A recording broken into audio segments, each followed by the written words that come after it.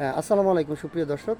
ক্যামেরার সামনে দাঁড়িয়ে আছে এই মুহূর্তে একটি ধার্মিক বোন, যিনি পর্দা করেন। ক্যামেরার সামনে আসতে চাইনি, তারপরেও আমরা অনেক জোর করে নিয়ে আসলাম। তো যাই হোক আপু, আসসালামু আলাইকুম, ভালো আছেন আপনি? ওয়ালাইকুম আসসালাম, আলহামদুলিল্লাহ। আপনার নাম কি আসসালামু আর কোথা আলাইকুম। থেকে কোথা থেকে এসেছেন? আমি চাঁদপুর থেকে আসছি। চাঁদপুর থেকে এসেছেন। আপনার নামটা কি? বিথি। বিতি ইসলাম। আপনার বয়স কত আপু?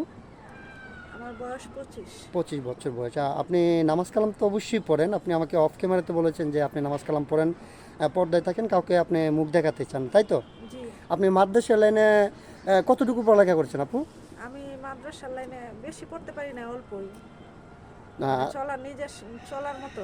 আচ্ছা আচ্ছা, নিজের চলার মতো আপনি জি। নামাজ পড়েন এবং কি পর্দা করেন? জি, আমি 5 ওয়াক্ত নামাজ পড়ি, পর্দা করি। আচ্ছা ঠিক আছে আপু, বুঝতে পেরেছি। আপনাকে যিনি বিয়ে করবেন উনি ম্যানটা কেমন হতে হবে? মানে আপনাকে যিনি বিয়ে করবেন ওনার উনি বয়স?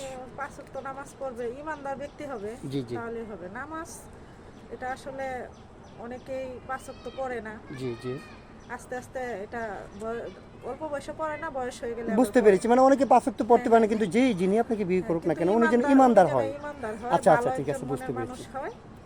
আর এখন কথা হচ্ছে, আমরা তো এই ভিডিও পাবলিক করবো। এই ভিডিও পাবলিক করার পরে দেশ থেকে প্রবাস থেকে অনেক ভাই আমাদেরকে ফোন দেবে। অনেকের স্ত্রী মারা যায়, দ্বিতীয় বিয়ে করতে চায়, বাচ্চা কাচ্চা হয় না তার জন্য, হ্যাঁ, অথবা পরকীয়া করে চলে যায়। ওরকম বয়সের কোনো ভাই, 40, 45, 50 বছরের কোনো ভাই যদি আপনাকে বিয়ে করতে চায়, বসবেন? জি, আলহামদুলিল্লাহ, আমার সমস্যা নাই কোনো।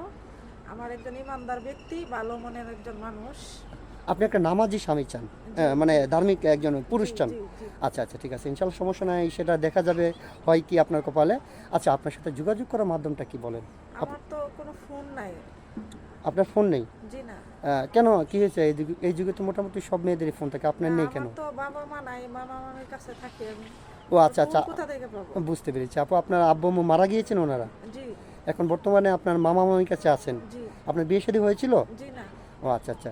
সুপ্রিয় দর্শক, এই মুহূর্তে দেখতে পাচ্ছেন ডিসপ্লেতে একটি নাম্বার। এই নাম্বারটা হচ্ছে আমাদের নাম্বার, ইউটিউব চ্যানেল কর্তৃপক্ষের নাম্বার। যদি কোনো ভাই ওনার দায়িত্ব নিতে চান, তাহলে ওনার একটা ছবি স্ক্রিনশট মেরে পাঠিয়ে দিয়ে আমাদেরকে ভয়েস করবেন। আমাদের প্রতিনিধিরা আপনাদের সাথে যোগাযোগ করবে। কেউ অযথা অডিও কল, ভিডিও কল দিয়ে আমাদেরকে বিরক্ত করবেন না, তাহলে আমরা ব্লক মারতে বাধ্য হব। আচ্ছা ঠিক আছে আপু, আমি আপনাকে একটা কথা বলি। আমাদের এই ভিডিও পাবলিক করার পরে দেশ থেকে প্রবাস থেকে শত শত ভাই আমাদেরকে ফোন দেয়। অনেকে মনে করুন প্রবাসী হয়, প্রবাসী ভাইয়ারে বেশিরভাগ ফোন দেয়, যাদের স্ত্রীরা পরকে করে চলে যায়, অথবা বাবা মাকে দেখতে পারে না তার জন্য ছেড়ে দেয়। ওইরকম কোনো ভাই যদি আপনাকে বিয়ে শাদী করার পরে গ্রামে রেখে উনি আবার প্রবাসে চলে যায়, ওনার বাড়িতে মনে করেন বাবা মা থাকবে, ওনাদেরকে সেবা যত্ন করতে হবে, পারবেন? জি, ইনশাল্লাহ পারবো। আমার নিজের তো বাবা মা অনেক বছর আগেই চলে গেছে। জি জি। তো আমি আমার স্বামীর বাবা মারে আমি নিজের বাবা মা মনে করব। যাই হোক আপু, আপনি সুন্দর কথা বলেছেন, যে স্বামীর বাবা মাকে বাবা মা মনে করতে হবে, জি, এটাই জি, কিন্তু বাস্তব কথা। কারণ জি, এটাই বেলা শেষে বাস্তব। ওনাদের কাছেই কিন্তু আপনার থাকতে হবে। হ্যাঁ, ভালো একজন মনের মানুষ চাই, একটা স্বামী চাই, ভালো ইমানদার ব্যক্তি।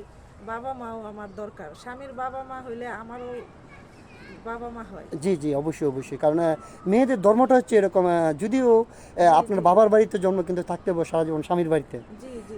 আচ্ছা ঠিক আছে আপু, আপনার জন্য শুভ কামনা। আপনি ভালো থাকবেন, সুস্থ থাকবেন, আল্লাহ হাফেজ।